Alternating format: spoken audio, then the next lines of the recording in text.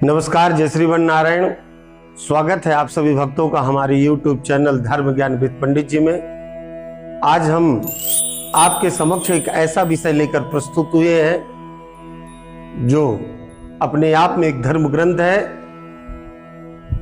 और बहुत ही उत्तम शास्त्र है, जिसे हम श्रीमद् भगवद गीता जी कहते हैं। गीता जी स्वयं भगवान नारायण ने अपने श्रीमुख से अर्जुन को सुनाया था। वही श्रीमद् भगवद गीता जी का पाठ लेकर हम आपके सामने प्रस्तुत हुए हैं। जो मनुष्य अपने जीवन में अपनी व्यस्तता में गीता जी का पाठ नहीं कर पाते, वो हमारे YouTube चैनल के माध्यम से श्री गीता जी का पाठ श्रवण करें, उसके अर्थ और महत्व को समझें। देखिए भक्तों, किसी भी चीज के महत्व को जानना चाहिए। जैसे हम श्रीमद् भागवत श्रवण करते हैं तो उसके 6 अध्यायों में श्रीमद् भागवत का महात्म होता है। उसी तरीके से गीता जी का भी महात्म है।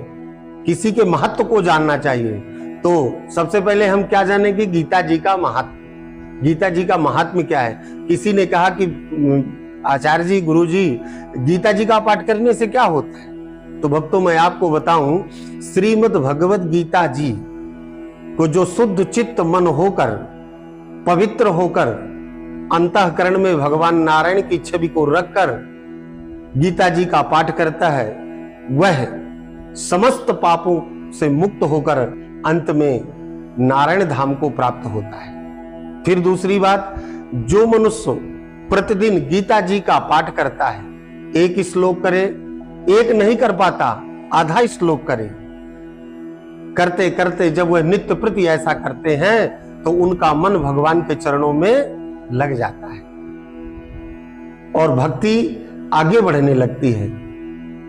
गीता जी का जो प्रतिदिन घर में पाठ करते हैं, उनका पूजन करते हैं, उनके सभी घर की सभी विघ्न बाधाएं भगवान नारायण दूर कर देते हैं। इसलिए हम आप सभी भक्तों के लिए अपने YouTube चैनल के माध्यम से यह गीता जी का पाठ लेकर आए हैं। आप इसे श्रवण करें। गीता जी के भी विषय हैं। ये तो महात्म्य की जानकारी हो गई। कई सारे महात्म्य हैं। भगवान का पूजन करें, अर्चन करें, वंदन करें, पाठ करें। लेकिन कहते हैं एक घड़ी आधी घड़ी आधे में कछुआद, तुलसी संगत साधु की कटहि कोटि अपराध। हम नहीं कहते ये कराल कलयुग है कि आप नित्य प्रति 1 घंटा का पाठ करें, नहीं। व्यस्तता है जीवन में, कर्म भूमि है, ऑफिस जाना है, ड्यूटी जाना है, काम में जाना है। तो वही मैं बता रहा हूं, यदि 5 श्लोक नहीं पढ़ते तो 1 श्लोक पढ़ लीजिए। 1 श्लोक नहीं पढ़ पाते तो केवल 1 अर्धाली पढ़ लीजिए, हैं? उतने में ही जीवन का कल्याण होने वाला है। गीता जी के जो प्रथम अध्याय है, गीता जी के प्रथम अध्याय में एक अध्याय श्लोक नंबर 1 से श्लोक नंबर 11 तक कुरुक्षेत्र में, धर्म क्षेत्र में जो एक तरफ पांडवों की सेना, एक तरफ कौरवों की सेना जो खड़ी है, उनके जो सूरवीर हैं उनका वर्णन है 1 से 11 तक। कैसे है?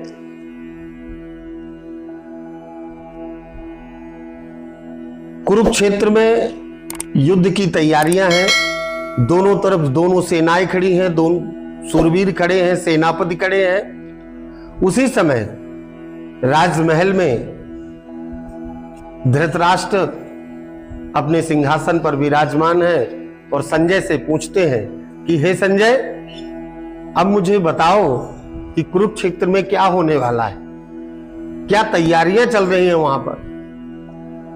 चूंकि धृतराष्ट्र को दिव्य दृष्टि प्रदान थी, उस दिव्य दृष्टि से संजय वहां का पूरा विवरण देखकर, वहां का माहौल देखकर और धृतराष्ट्र को बताते थे। तो क्या बता रहे हैं? अथ प्रथमो अध्यायः धृतराष्ट्रोवाच धर्म क्षेत्रे कुरुक्षेत्रे सामवेतायुषस्वः मामकः पांडवश्चैव किम कुर्वात संजय। धृतराष्ट्र उवाच। उवाच का मतलब होता है बोलना। उवाच का मतलब होता है बोलना। धृतराष्ट्र बोले किससे? संजय से। धृतराष्ट्र कहते हैं कि हे संजय, धर्म भूमि कुरुक्षेत्र में एकत्रित युद्ध की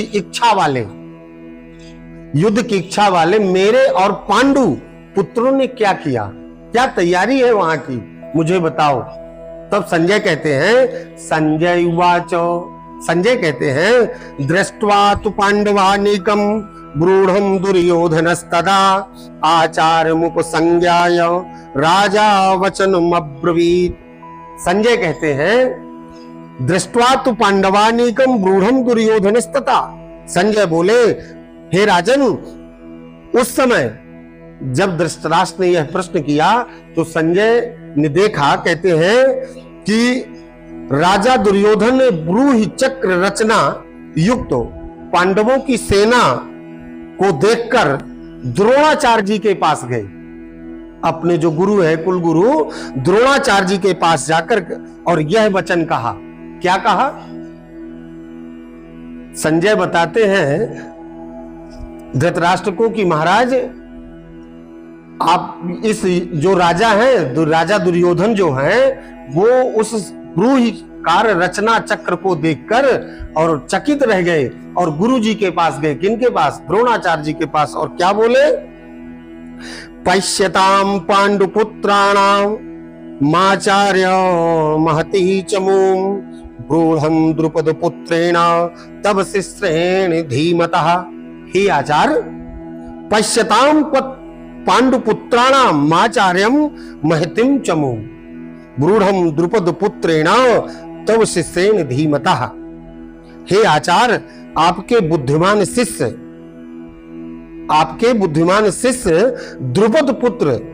द्रुपद के पुत्र जो है, जिनका नाम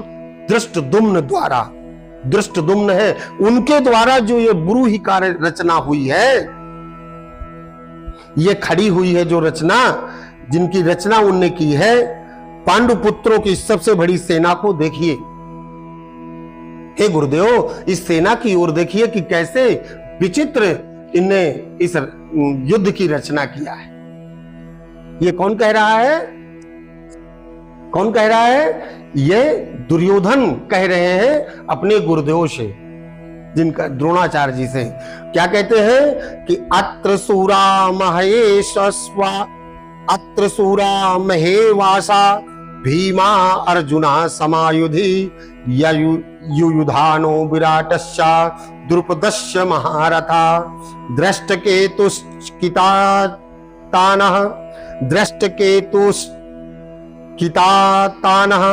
काशी राजास्य वीरवान् पुरोजित कुंती भोजस्य शैव्यश्च नरपुंगवः युधामान्युश्च विक्रांता उत्तमौजास्य वीर्यवान् सुभद्रो द्रौपदेयश्च सर्वम एव महारथा।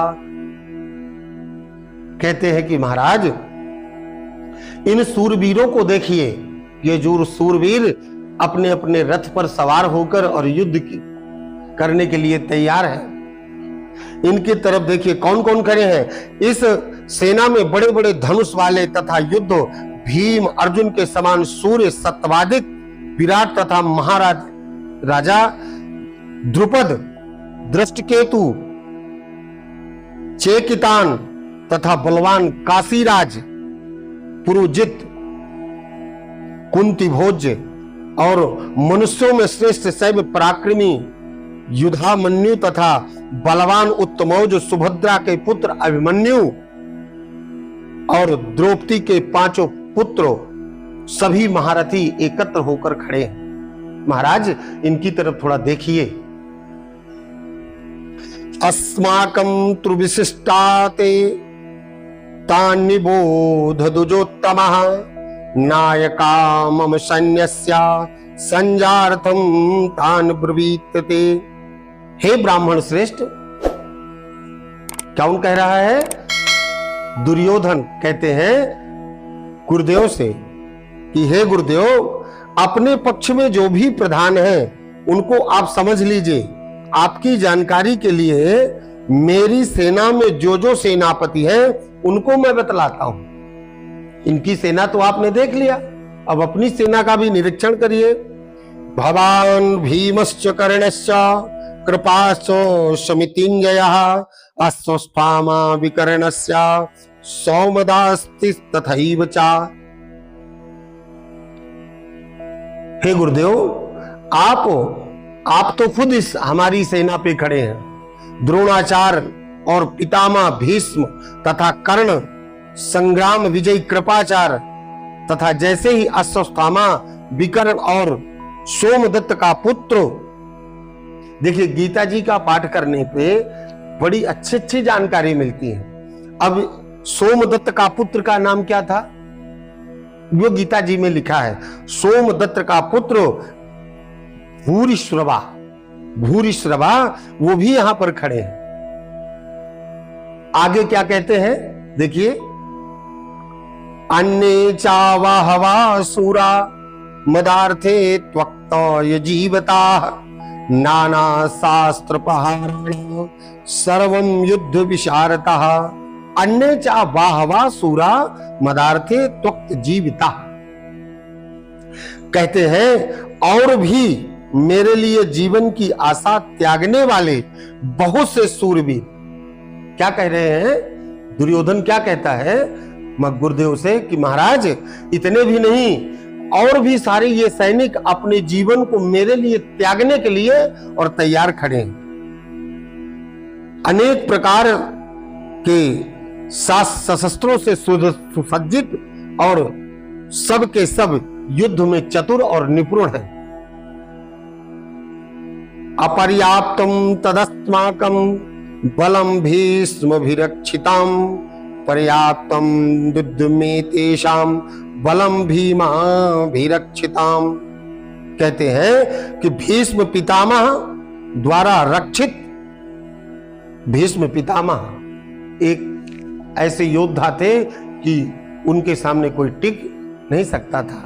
वही अर्जुन कहता है गुरुदेव से कि भीष्म पितामह द्वारा यह रक्षित, जिस तरह अपने पिता के पीछे बच्चे छुप जाते हैं और उनको ये लगता है कि हमारे पिता संकट में हमारी रक्षा करते हैं, किस प्रकार एक गाय का बछड़ा जिस प्रकार अपनी गाय के पीछे छुप जाता है आंचल के नीचे, उसी प्रकार वह अर्जुन दुर्योधन कहते हैं कि भीष्म पितामह द्वारा ये रक्षित हमारी जो सेना सब प्रकार से अजेय है और भीम द्वारा रक्षित इन लोगों की यह सेना जीतने में सुगम है।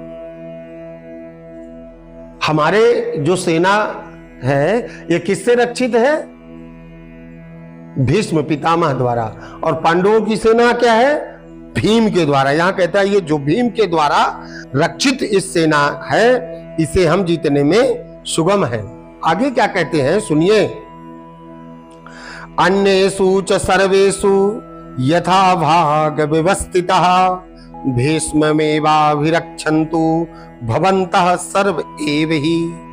कहते हैं अन्येषु च सर्वेषु, हे गुरुदेव इसीलिए मैं सब मोर्चों पर अपनी अपनी जगह पर स्थित रहते हुए आप लोग सभी निस्संदेह पितामह की यह सब ओर से रक्षा करें।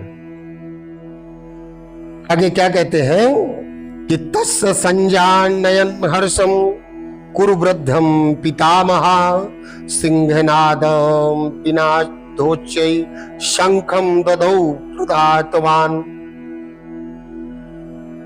कहते हैं कौरवों में बड़े बड़े प्रतापी पितामह भीष्म ने उस दुर्योधन के हृदय में हर्ष उत्पन्न करते हुए उच्च स्वर से सिंह की दहाड़ के समान गर्ज कर और शंख बजाया।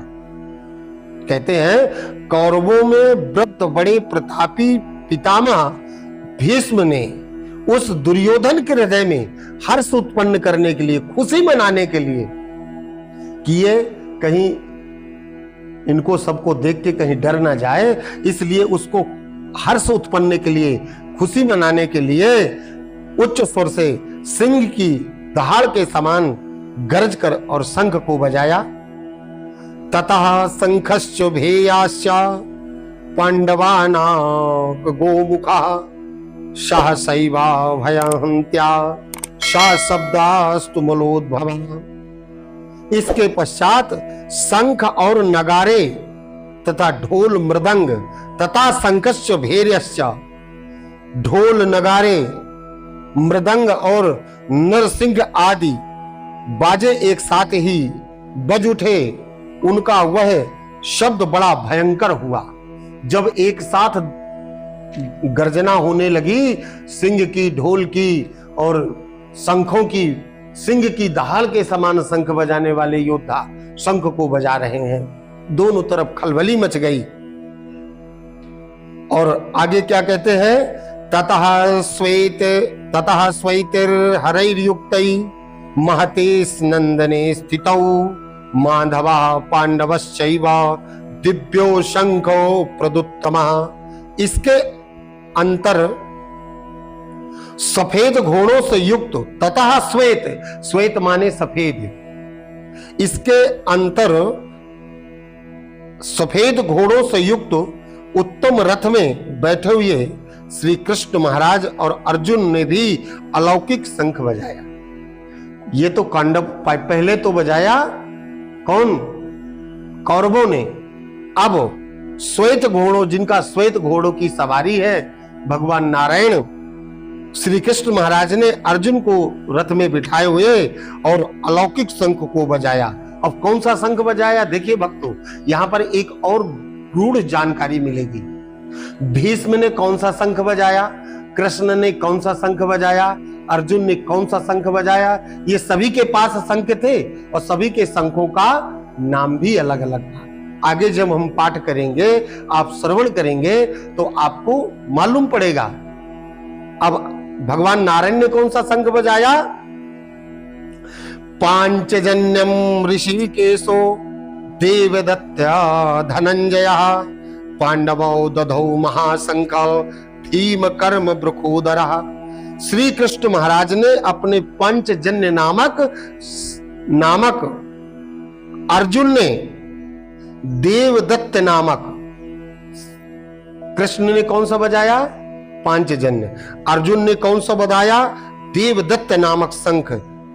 भयानक कर्म करने वाले भीमसेन ने पांडवा नामक महाशंख को बजाया, नाद किया। अंतर अनंत विजयम राजा कुंती पुत्रो युधिष्ठिरा नकुल सहदेवश्च सुघोषो मणिपुष्करौ। कुंती पुत्र राजा युधिष्ठिर ने कौन सा शंख बजाया? उनके शंख का क्या नाम था? अंतर विजय नामक शंख, अनंत विजय नामक शंख।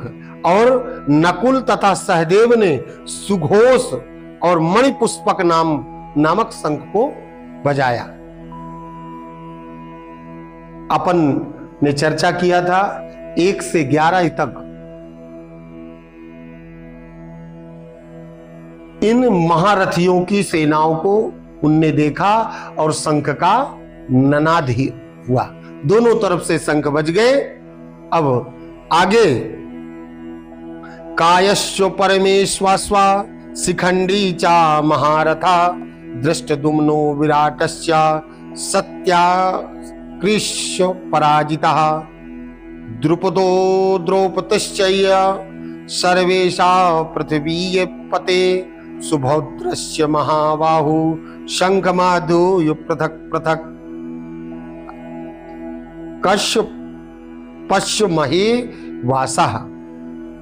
श्रेष्ठ धनुष वाले काशीराज और महारथी शिखंडी एवं धृष्टद्युम्न तथा राजा विराट और अजेय सत्यादिक राजा द्रुपद और द्रौपदी के 5 पुत्र और बड़ी भुजा वाले सुभद्रा पुत्र अभिमन्यु, इन सभी ने हे राजन सब ओर से अलग अलग शंख को बजाया। ये कौन कह रहा है? ये संजय बता रहे हैं कि हे राजन सबने अपने अपने शंख का निनाद किया। बोले श्रीवन नारायण भगवान की जय। आज यहीं पर गीता जी का विराम। आगे सुनने के लिए हमारे चैनल से जुड़े रहें और यहीं जहां से आज हमने गीता जी का विराम किया वहीं से पुनः द्वितीय भाग में आप श्रवण करेंगे। आगे क्या होता है, युद्ध की तैयारियां कैसे चल रही हैं, ये सारी चीजें हम अपने दूसरे भाग में हम आपको श्रवण कराएंगे। जय श्री वननारायण। हमारे साथ जुड़े रहें, यूट्यूब चैनल को हमारे सब्सक्राइब करें और अधिक से अधिक मात्रा में श्रवण करें, अपने दोस्तों को भी सुनाएं।